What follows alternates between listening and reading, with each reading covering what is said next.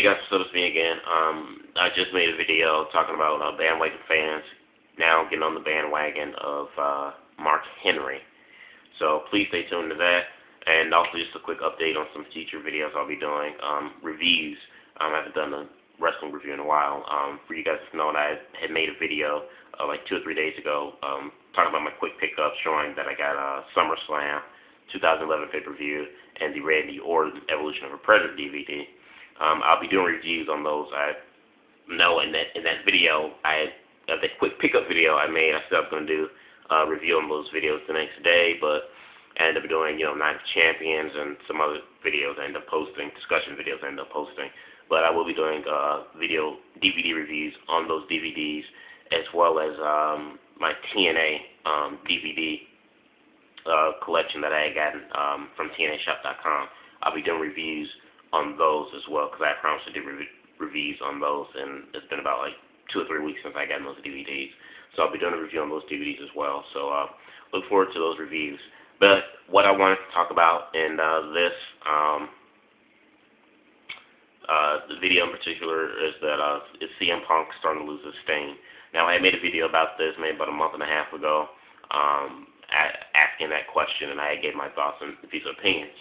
But this one, still kind of talk about the same thing, but what makes this one a little bit different is since Triple H beat him. And for any of you guys who know Triple H's career, Triple H is the kind of guy where, if it seems like, a young talent is, climbing up the ranks and people are getting behind him and supporting him, then Triple H always has to put his foot in the door and get in that spotlight and bury that superstar. So for any of you guys who know Triple H's career, Triple H has done that with a lot of people, like Edge and Randy Orton, Jeff Hardy, Chris Jericho, Goldberg, and whatnot. He's Booker T, and all these stars have gone on to, all of these guys I've named, did eventually, end up going into the next level in their career. Like Randy Orton is multi-time world champion, so is Edge and Jericho and Booker T. And even Jeff Hardy, got through a big huge push before he left WWE. But all these guys I've named that are, like I said, now big stars, when Triple H buried them, they still had to start right back over again and press the restart button on these guys. And so going into the Night of Champions pay-per-view, so with that in mind, Triple H is, like I said, things that he's done with those guys I just mentioned. I was concerned for Triple H, CM Punk, at this Sunday's pay-per-view, losing to Triple H, because I was afraid, knowing Triple H is how he is, when it comes to a new superstar getting some attention, he comes in and buries that guy. And, fortunately enough, CM Punk lost at the Night of Champions pay-per-view. Now, my thoughts on this after watching Raw last night.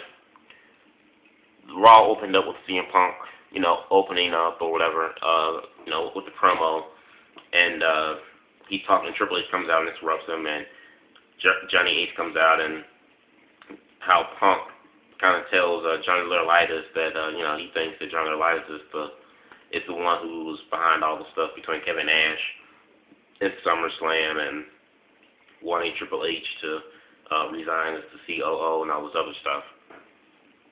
My thoughts going into Raw with CM Punk this past Monday is that that opening promo that Punk did, if you kind of notice, Punk wasn't as vocal as he was, before the Night of Champions pay-per-view. Punk had kind of like toned it down just a little bit. He wasn't as very vocal or as sarcastic as he was, not only to Triple H, but even just to Johnny Laurinaitis. He wasn't that vocal.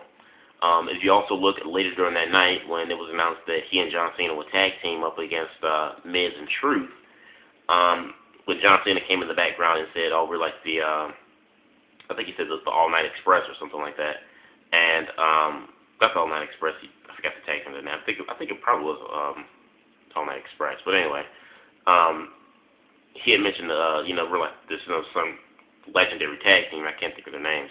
And so, and Punk is like, well, no, I don't think that. We're far away from that. Like, Punk wasn't even really sarcastic with, John Cena like he's been during Money in the Bank and SummerSlam, things like that. He wasn't very vocal.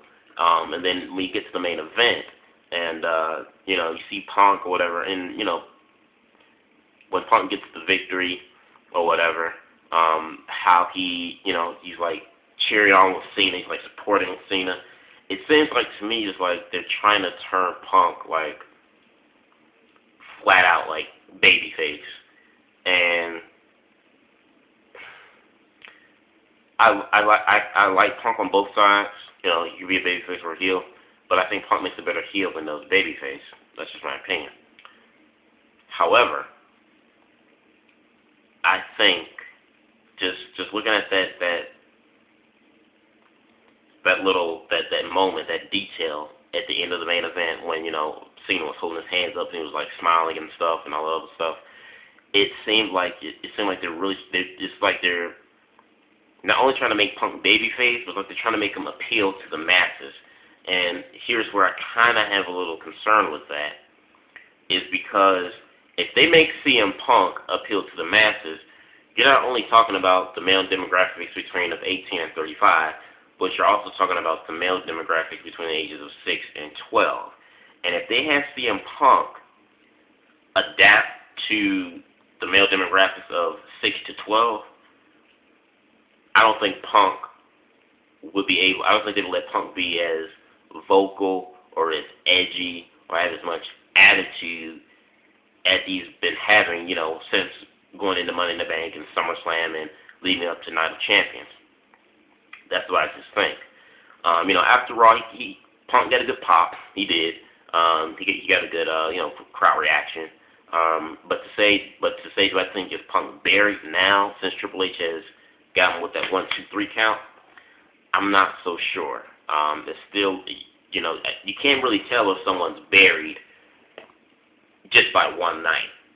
So, over the next couple of weeks and the next month or so, I'm just going to be just doing some videos on CM Punk and kind of see like where is WWE going to take him now and what they're going to do with him, because like I said, it takes more than just one night to just kind of say if a person is completely just buried.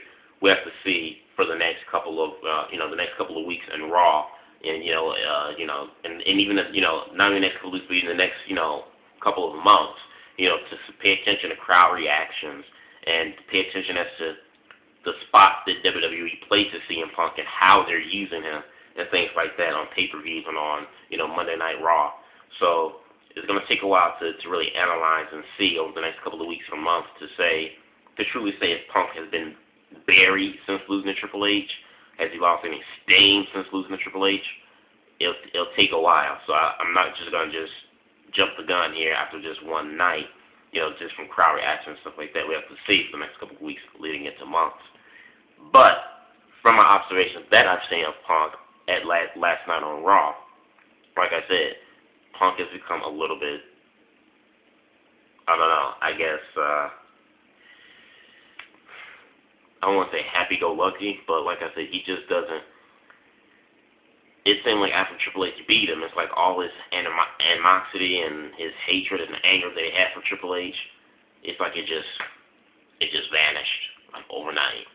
I don't know, it's just, I'm just leery about this. I'm not going to say that Punk is buried just yet. Like I said, I have to see over the next couple of weeks of Raw, leading into months, paying attention to crowd reactions, and also paying attention to the spots that WWE places Punk on Raw and on pay-per-views to really give like a final conclusion or an answer as to is CM Punk lost his steam and is CM Punk truly buried. Like I said, you got a good crowd reaction from last night, but that's not enough to determine if he's really buried or lost steam completely. But looking at his interactions and stuff, it's like all that stuff that he's had against Triple H, the hatred of, you never liked me and I never liked you over the last, month or so. It's like all that stuff has just gone out the window, and Punk's not even like angry at Triple H anymore. It's like, since you beat me, I finally realized something. There's someone who's using our hatred or our dislike against each other because they want to tear us apart. They don't want you as the COO, and they don't want me as the top face of the WWE. You know, it's like, hold on, it's like, so like, all this stuff you've been saying and having against Triple H for the past month and a half, and since he beat you in one night, you can see clearly now that the reign is gone. It's like, hold on, it's like something's not quite right here. And it's nothing against Punk. I still love CM Punk, but like I said, just a little bit, I'm a little bit, like I said, just leery or antsy to kind of see, like, where does this go? Because, like I said, knowing Triple H's career and knowing his track record and things that he's done to a lot of young superstars that he's buried. Yes, these superstars, past superstars that he's buried, they've gone on to become multi-world champions and main eventers. But it took them a longer process to get there because Triple H stomped on them. You know, he quenched their fire when they were getting hot. So I'm just going to see. And like I said, it just seems like his interaction with John Cena wasn't that vocal towards John Cena, and even at the main event, it seemed like they're trying to turn him babyface. And like I said, that'll be okay. I think Punk plays a better heel than or an anti-hero at least, rather than just a full-fledged 100% good guy babyface. I'll support him either way, but I just think he suits this character role better than the other. But like I said, if they turn him babyface, that'll be fine. But I'm just looking at the reaction from John Cena at last night's Raw. Look it up on YouTube and pictures of these things that I've mentioned in this video from last night's Raw. It seemed like they're trying to make him appeal to the masses of people. And like I said, I'm afraid if they want him to appeal to the masses, that includes children. And if that includes children, then I don't think they would allow let Punk be as edgy or as vocal or outspoken as he has been over the last 3 months if he was to be like a complete baby face and, you know, be attracted to little kids. That's my only concern about Punk being a full-fledged, like, baby face. Let me know what you guys think on these points that I brought out. Like I said, look at Raw from last night. Look at these different segments of Punk from Raw last night. Let me know what you guys think in the comments below. Please comment, like, subscribe.